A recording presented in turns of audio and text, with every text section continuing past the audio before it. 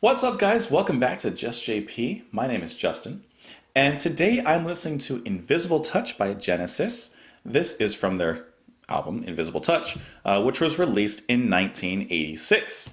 A lot of you are probably wondering, Justin, you've done epics such as Supper's Ready, Foxtrot, A Trick of the Tail. Why are you doing Invisible Touch? One, I wanted to listen to Genesis because ever since I first heard Firth the Fifth, I've been wanting to listen to more Genesis. I want to listen to the other songs, but I'm not 100% sure if I'm going to do another album listen soon, so I kind of want to save those right now. I didn't want to dive in yet. This is their most popular song on Spotify, and as far as I know, I've never heard it. Now, I know that Spotify is a singles game and not an album game, but I figured why not just take a second and just listen to it. This is their only song to reach #1 on the American charts. I don't think anyone was asking for this song, but here we are. You guys can join me on Twitter. You guys can join me in the comments down below. I enjoy having you here if you haven't noticed already.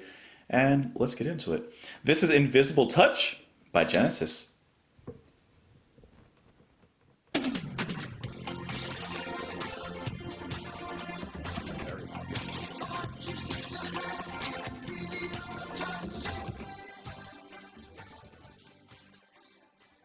It's not bad.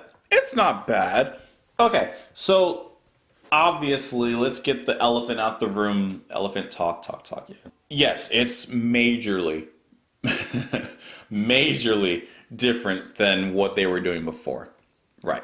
Let's get that out the way, okay? Let's not play compare games because you can't compare. Let's not play that game. Let's take the song as it is. I really like Phil Collins' voice.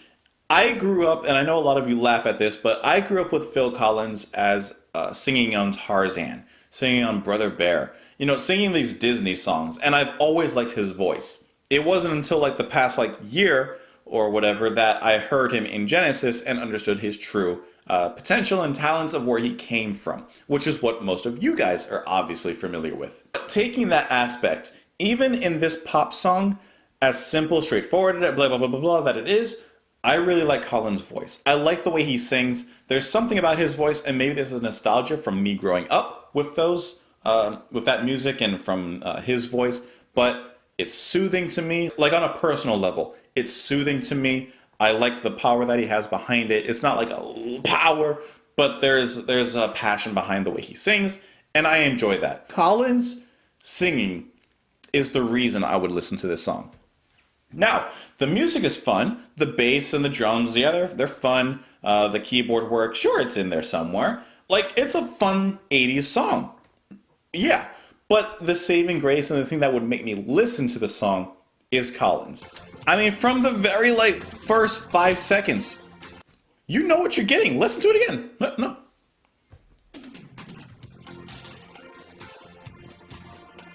This is Magnum PI, short shorts, Miami Vice, sunglasses. This is the thick mustache. This is that type of music. I don't know. To me, that's immediately what I thought of two detectives in the south of Miami, short shorts up to their thighs, and they got the thick mustaches. Tom Selleck is in the background. Yeah, it's fun. It's catchy. It's poppy. I don't think anything else besides Collins really touches me.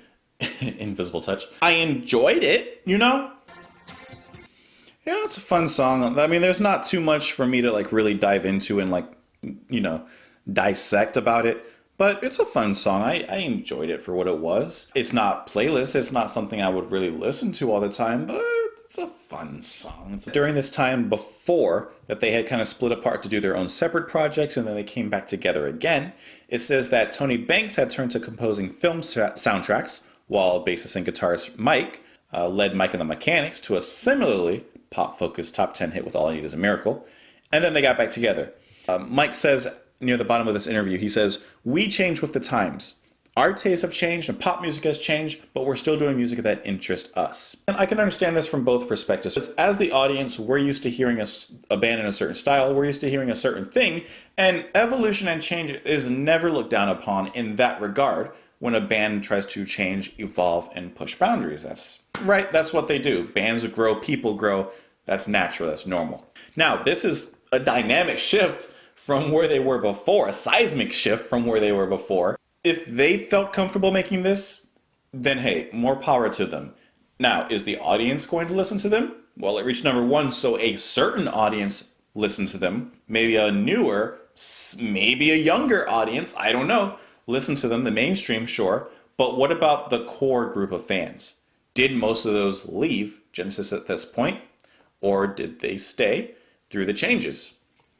I don't know. That's something that only some of you guys can answer for me. The instrumentals are indistinguishable from, I feel like, a lot of other pop 80s music like this. But I like Collins. I like his vocals. That's what makes me like the song. I wouldn't listen to it all the time. I definitely wouldn't listen to it all the time. I'll probably not listen to... I'll be honest, I'm probably not going to listen to it again. Of course, let me know what you guys think of this song. You can join me in the comments down below. You can join me on Twitter if you're interested. Share the video. If you're enjoying the channel, it helps me out a lot. And I will see you later. Have a great night.